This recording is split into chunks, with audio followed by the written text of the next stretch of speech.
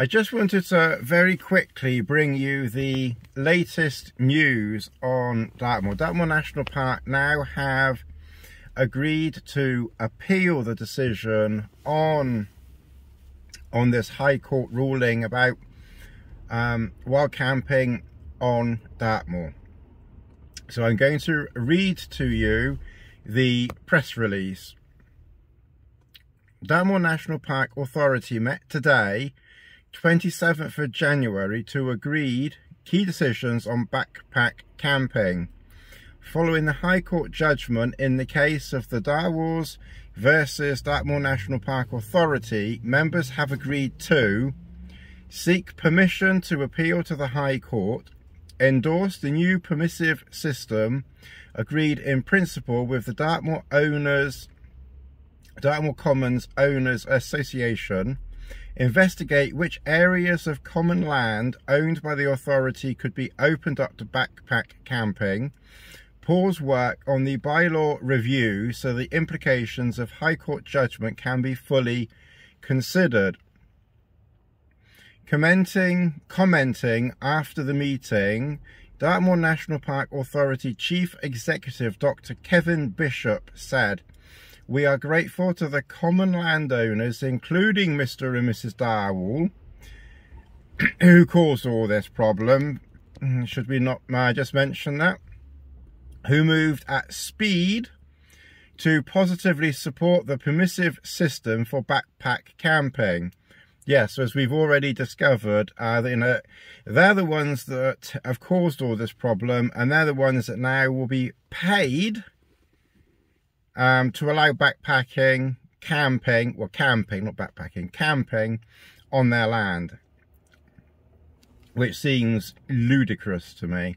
The High Court judgment raises important issues of public interest that are central to the purpose of our national parks. For this reason, the authority has determined to seek permission to appeal the judgment.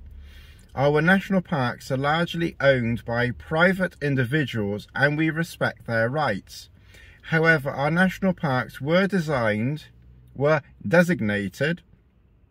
by Parliament for their national importance.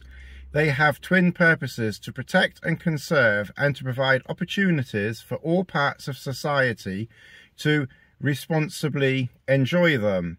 When the legislation to establish national parks was introduced, it was described as a people's charter for the open air, for the hikers and the ramblers, for everyone who lives to get into the open air and enjoy the countryside.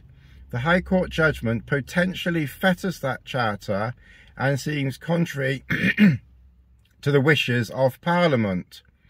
Whilst we await determination of the application to appeal and any subsequent appeal, we remain committed to working in partnership with landowners and other partners to ensure the new permissive system is successful. Within days of the High Court judgment, a permissive approach to backpack wild camping was agreed in principle with the Dartmoor Commons Owners Association. The new system enables people to continue backpack wild camping on identified common land without the need to secure landowner permission first. It has also provided much needed reassurance to the schools and young people preparing for the 10 Tours and the Duke of Edinburgh. The report of today's authority meeting contained more detail about how the system will work. It involves the landowners entering into a legal agreement with Dartmoor National Park with up to £300 paid annually to landowners who opt in. The fee acts as a seal for the agreement. Landowners are able to retain the fee, but several have already indicated that they may donate it back to the National Park via the Donate for Dartmoor fund. So that's good news. So the maximum that they will be paid is £300, and most of them hopefully will pay it back to the National Park. So that's good news. This is something the authority welcomes because Donate for Dartmoor supports the vital conservation work that keeps Dartmoor special for everyone. Areas where people can backpack wild camp are publicly available on the National Park Authority's website. People planning a backpack wild camp should check the map before they head off and leave no trace of their visit. Once the High Court has issued a decision, there's limited time to appeal, which is why the authority acted quickly and convened its meeting today, which was yesterday. First, the authority appealed for permission directly to the Chancellor of the High Court. This application was declined on the 13th of January 2023.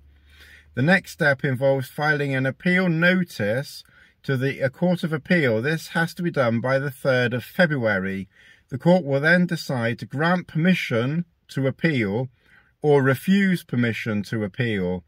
Because authority members were considering information relating to legal proceedings, local government laws allow for certain matters to be discussed privately. For this reason, the item was discussed in the exempt information section of the meeting. In reaching their decision, members are aware of the resources and costs involved, but agree there was merit in the grounds for filing an appeal notice. Dartmoor's existing bylaws have been under review for some time, and the authority due to be published revised a set for public consultation. However, members agreed that this work should be paused for the time being, and that's it.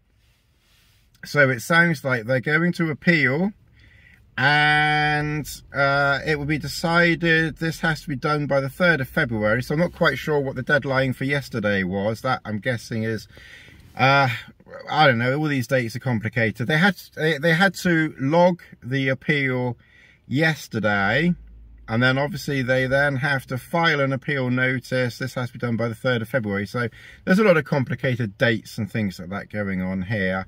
And then the court will decide whether, you know, to grant the appeal or not. Well, you know, that's welcome news that they are going to appeal. Let's hope that the court allows the appeal. And let's hope that the landowners, if they do receive up to £300 a year, give that back to Dartmoor National Park. But let's hope the appeal goes through and we win this. And let's hope that a future government at some point or another maybe, you know, does some legislation to allow wild camping in other national parks or places like that. Anyway, that's just a quick read. Not my usual video, obviously, but it's relevant to, you know, relevant to my channel, Dartmoor and camping and everything. So better I just read it than just tell you what I can do a tell you what I think video. Plus, in the live stream that I did last night with Chris Townsend, we did speak about this as well, you know, in that video. So check out that live stream. It's quite long, but you know, check out that live stream as well. But anyway, I will go. Thanks very much for watching. I will see you all in the next video. Thank you.